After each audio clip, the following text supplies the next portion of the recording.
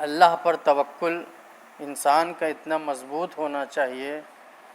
کہ جو اللہ کے رسول صلی اللہ علیہ وسلم نے فرما دیا وہ حق ہے اور وہ ہو کر رہے گا، اس میں ایک انچ کا بھی فرق آنے والا نہیں ہے۔ اللہ کے رسول صلی اللہ علیہ وسلم کا ارشاد ہے جب مہمان آتا ہے تو اپنا رزق اپنے ساتھ لے کر آتا ہے۔ اس کے متعلق میں ایک بات آپ کو بتاؤں کہ میں نے اپنے دوران طالب علمی میں یہ واقعہ اپنے مدرسے میں علماء کرام کے زبانی سنا تھا کہ حضور اکبر المشائخ رحمۃ اللہ تعالی علیہ جن کا مزار ففون شریف میں منعقد ہے، وہ ان کا توکل میں آپ کو بتاؤں کس قدر تھا کہ کچھ اشرفیہ سے اساتذہ آنے والے تھے حضرت کی بارگاہ میں، تو حضرت نے یہ اطلاع جب اپنے گھر میں بھجوائی تو کہ کچھ مہمان آنے والے ہیں، ان کے کھانے کا انتظام کر لیا جائے۔ کچھ مبارک پور سے عالم دین تشریف لا رہے ہیں، ان کے کھانے کا انتظام کیا جائے۔ تو اندر سے اطلاع آتی ہے کہ گھر میں کھانے پکانے کے لیے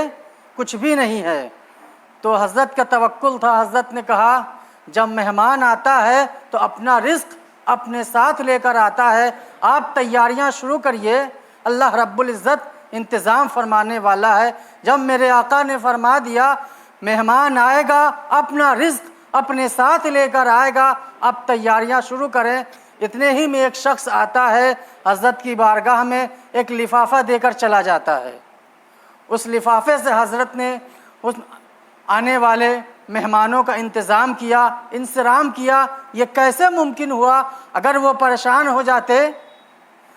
اور بھاگ دوڑ کرنے لگتے، ادھار لینے کی کوشش کرنے لگتے تو یہ توکل کی کمی ہوتی۔ اگر اللہ پر آپ کا توکل ہے اور اللہ کے رسول صلی اللہ علیہ وسلم کی احادیث مبارکہ پر آپ کو اتنا کامل یقین ہے تو آپ جانیں ہر قدم پر اللہ رب العزت آپ کی مدد فرماتا ہوا نظر آئے گا۔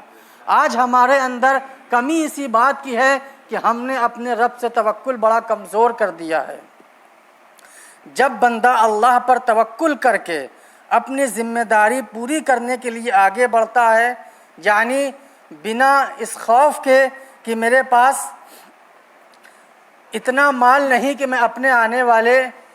شخص کا انصرام کر سکوں، تو رحیم و کریم رب اس کی ضرور مدد فرماتا ہے۔ یعنی علماء بیان فرماتے ہیں کہ جو شخص خوف تنگ دستی سے نکاح نہ کرے، اس سبب سے کہ میرے پاس پیسہ نہیں، مال نہیں، اسباب نہیں، میں کیسے اس کا انصرام کروں گا، تو یقین جانیں یہ آپ کے بس کی بات ہی نہیں ہے، یہ تو رب کی قدرت ہے، وہ جسے چاہے جب چاہے جتنا چاہے عطا فرما دے۔ تو جب اللہ پر بندے کا توکل مضبوط ہوتا ہے تو رحیم و کریم رب اس کی ضرور مدد فرماتا ہے، اور اس کا وعدہ ہے وَمَن يَتَوَكَّلْ عَلَى اللَّهِ فَهُوَ حَسْبُهُ، یعنی جو اللہ پر بھروسہ کرتا ہے اللہ اس کے لیے کافی ہو جاتا ہے۔ جو شخص اللہ پر بھروسہ کر لے، یقین کامل کر لے کہ میرے رب نے مجھے پیدا فرمایا ہے تو میرا انتظام رزق کا اسی کے ذمہ کرم پر ہے، تو آپ جانیں آپ اس فکر سے بالکل مطمئن ہو جائیں کہ اللہ رب العزت نے ہمارے رزق کا انتظام اپنے ذمہ کرم پر لے رکھا ہے۔ اور جب آپ کسی سے نکاح کریں گے تو اس کا بھی انتظام اللہ رب العزت اپنے کرم سے آپ کے ذمہ کرم پر نہیں ڈالے گا بلکہ اپنے ہی ذمے پر رکھے گا۔ جو اللہ پر بھروسہ کرتا ہے اللہ اس کے لیے کافی ہو جاتا ہے۔ نکاح حکم الہی ہے، سنت رسول صلی اللہ علیہ وسلم ہے۔ اگر تم غربت و تنگ دستی کے باوجود اس حکم کی تعمیل کرو گے، اس سنت پر عمل کرو گے، اس نیت سے کہ تم حکم نکاح کے مقصد کی تکمیل کا ذریعہ بنو، یعنی تمہارے ذریعے نسل انسانی کی افزائش ہو اور حکم الہی کے مطابق تم اپنی خواہش نفس پوری کر سکو تاکہ بدکاری کی راہ سے محفوظ رہو، تو اللہ تمہارا مددگار ہوگا۔ اس کا وعدہ ہے یغنیہم اللہ من فضلہ، وہ اپنے فضل و کرم سے رشتہ ازدواج میں منسلک جوڑے کی ضروریات کا غیب سے انتظام کر دے گا۔ میرے آقا صلی اللہ علیہ وسلم کا ارشاد ہے، من ترک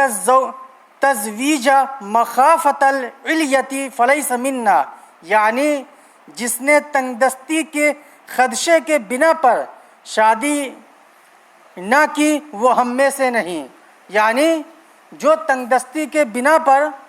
سبب شادی میں دیر کرے تو اللہ رب العزت، اللہ کے رسول صلی اللہ علیہ وسلم ارشاد فرماتے ہیں وہ ہم میں سے نہیں ہے جو تنگ دستی کے سبب نکاح میں دیری کرے۔ جو اہل